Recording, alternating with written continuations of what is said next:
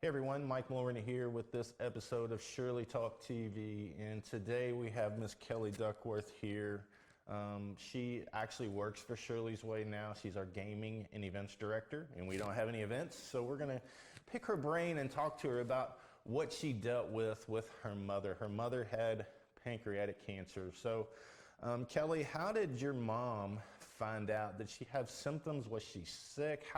Because pancreatic cancer is the one that is usually caught very late because there's not a whole lot of symptoms. Yeah, no, I was a senior in high school. It was back in 2015, and we went to dinner every week as a family, and it was a Wednesday night, and we were sitting there having dinner, and I looked over, and the whites of her eyes were glowing. I mean, they were so yellow, and my first immediate thought was that her liver was failing. Because I knew jaundice, that was like a symptom of it. So we finished eating dinner, and I was like, I'm taking you to the emergency room. So we get there, and they did a couple tests, looked at her liver. They said, no, her liver's fine, but she does have a mass on her pancreas. So they wanted to biopsy it.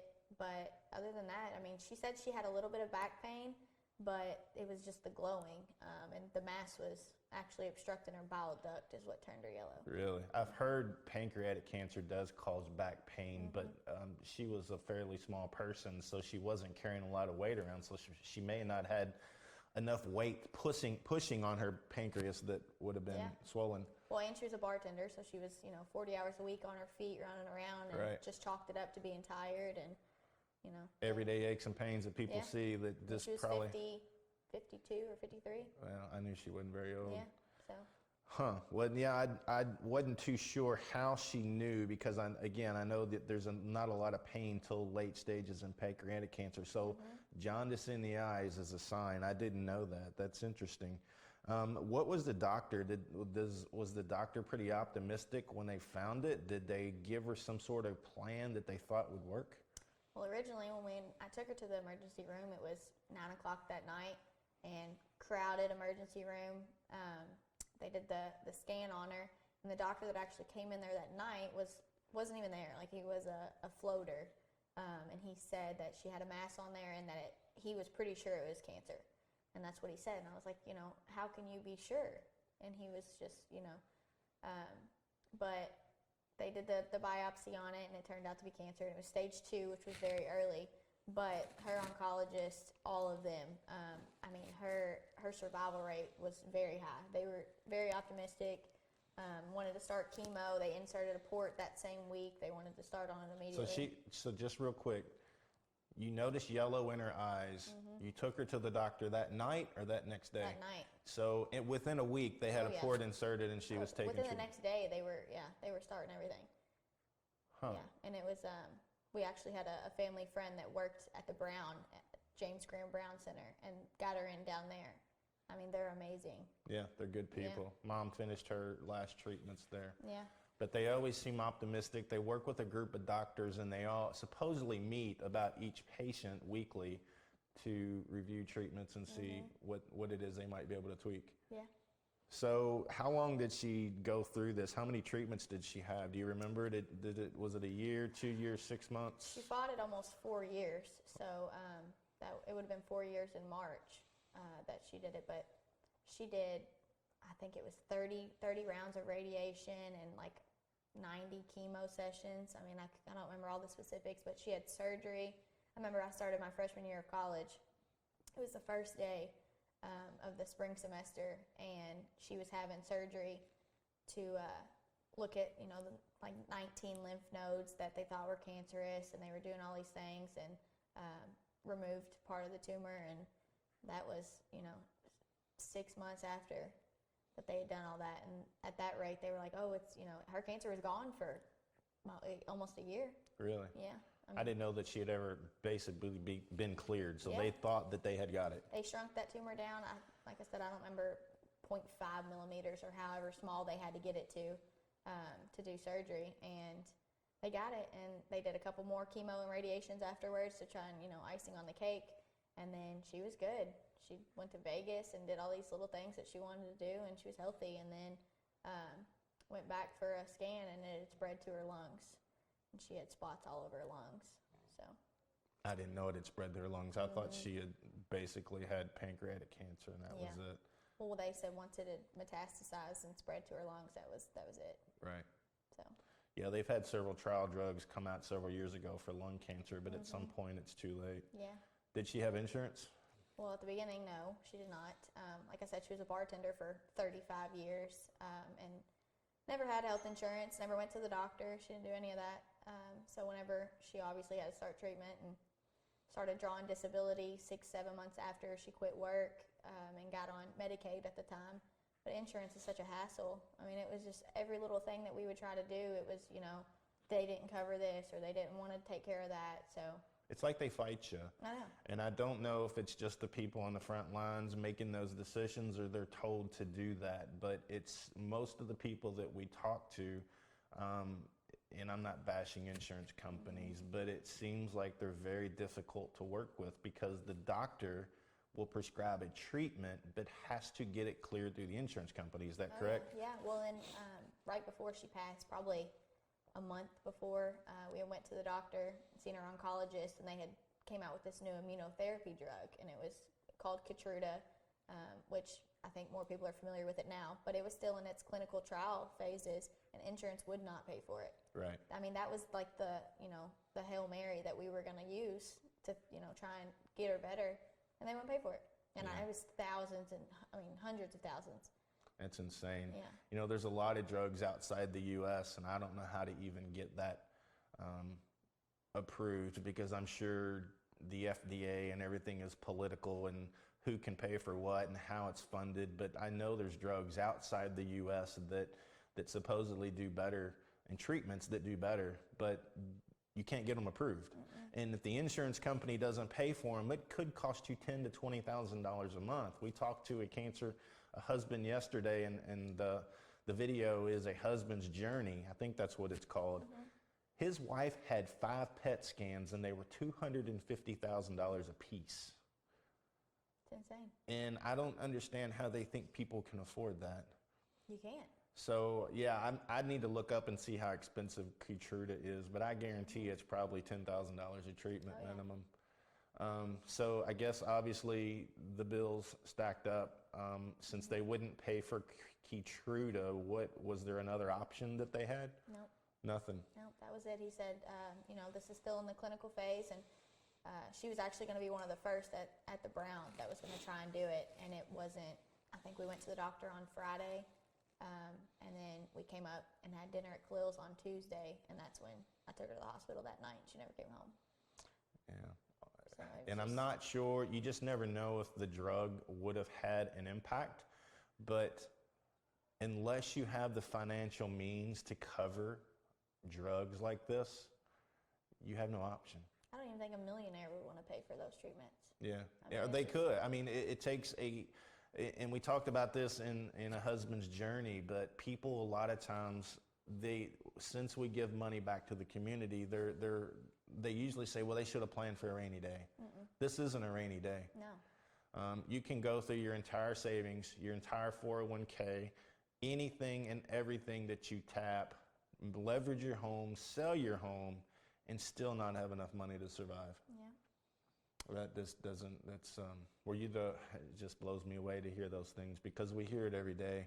And I'd known you for a while and I didn't know exactly what you all went through until just now. Oh yeah, there's all kinds of little details in there. So you were basically the primary caregiver as well. Yeah, my dad, he's older, retired, best man in the world, but he's a big guy, not very, sensitive. And my mom was 90 pounds. I mean, she was tiny. So, she was I remember her being so embarrassed. She didn't want me to take care of her and, help her bathe and do all these things. But yeah, I was a senior in high school when she got diagnosed.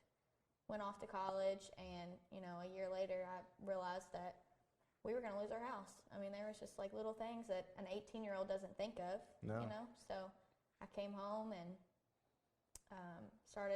picked up a little serving job to make whatever money I could make, and she didn't want help. She never wanted to ask for it, but Yeah, I was her primary caregiver. Yeah, most people, especially parents, don't want their kids to have to worry about the things that they're dealing with, whether it be financial or medical. And at this point, they were fighting both medical and financial, because cancer doesn't only affect you physically, it affects you financially. And most people have no clue, because when she was diagnosed and she started her treatments, she was a bartender. She probably couldn't work at all. Did she stop immediately? Yeah, it was immediately. Her doctor signed, in order for her to get disability right away. What was what, $200? Yeah, pretty much. It wasn't much. Yeah. Not as much as what she was making normally, but they had to put on there that she was, terminal and that she wasn't going to make it. That's how they got her disability. But, I mean, my dad at the time was 72 years old, and he's working on the side trying to make whatever money he can. I'm working on the side, while in school, going to college, and it was hard. It was terrible. Yeah, it's a burden that people shouldn't have to bear, especially in America.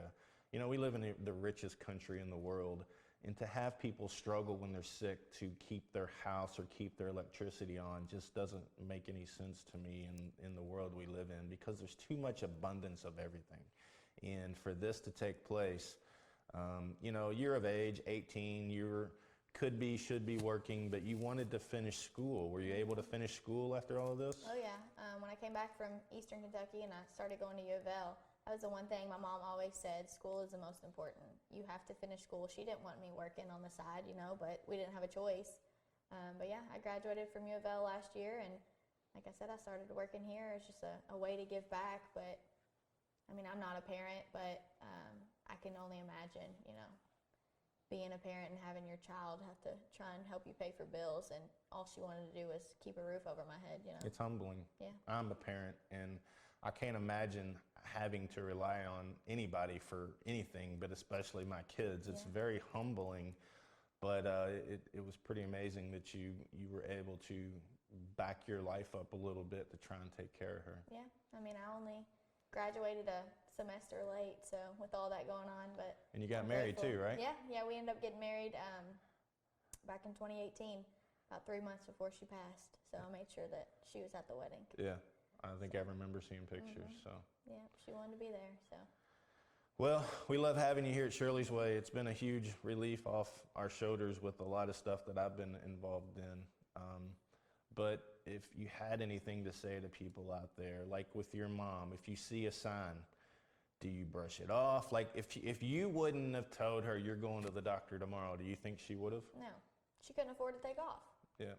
I mean, I get it. You gotta, pay your bills and things like that, but your life is not worth it. You can take one day off of work to go to the doctor and get regular checkups. And like he said, pancreatic cancer, most people don't find out until stage 4. It's too late by then. She got lucky. She just turned yellow. So just go get checked up on regularly, and your life comes first. Yeah, it's too many people are in that situation because they have to work, and well, it's unfortunate. So how long has she been gone? It'll be 2 years next month. 2 years next month, and next month we just found out it's Pancreatic Cancer Month. I didn't know that till 20 minutes ago. Yeah. Yeah, 2 years almost. Well, folks, if you hadn't learned anything today, go to the doctor, get a regular checkup, have your tests run, because I'm not sure that it would have saved Patty because it was pancreatic cancer, because typically you find out about that late in stages of the game. But don't look the other way. Don't let the doctors tell you it'll pass. Don't let them just give you an antibiotic and say you'll be okay. If you don't think something is right with your body, figure it out. Go to a different doctor. They're used to it. They're not going to get their feelings hurt. I don't know if that it would have saved her either, but it gave me almost 4 years with her. Yeah. Longer than what I anticipated. So. Right. Well, that makes a world of difference. Yeah. So you probably had more close time with her in those last 4 years as you did, because from what I understand, she worked all the time. All the time, growing up. Yeah. I mean, it was me and my dad normally, but yeah, she was my best friend.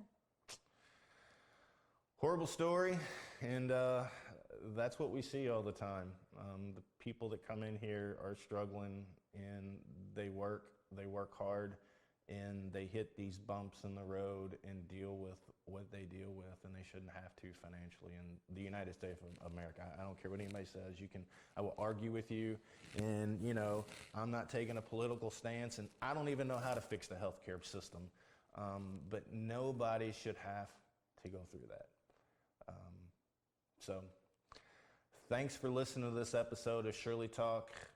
Go out and subscribe to our YouTube channel. We're doing a lot of things, and Kelly knows that we do drawings. She handles a lot of them. So one option is subscribe to our YouTube channel and watch our videos. And we have games. What are the games that we have? Yeah, so on Monday nights we do a Queen of Hearts drawing. All of our drawings are split the pots, $2 a ticket. It's probably going to be up over 180,000 by this Monday. So you can go to queenofheartslive.org and get those $2 tickets. Wednesday nights at 6 o'clock, I do a Joker's Wild drawing. Same type of game, $2 a ticket, split the pot, and you can go to jokerswildlive.org for those. And then Friday at 7 o'clock, I do Wheel of Cash drawings, and that is $2 a ticket as well. Go to wheelofcashlive.org for those. Make sure to get in Monday, Wednesday, Friday. We do all three split the pots. So we have the games, we have subscribe on YouTube. We're trying to build this Shirley Talk TV, and shirleysway.org. You can go there. We're trying to get people to go sign up for just a $10 a month donation. How much is a cup of coffee these days? $5. $5. So $10 a month. That's 2 cups of coffee in the month, and it's going back to the community and trying to help keep people's roofs over their heads. So thank you for listening today. Go listen to all our other videos and help us out. It's not hard, and there's some really good stuff out there. Thank you very much. Thank you.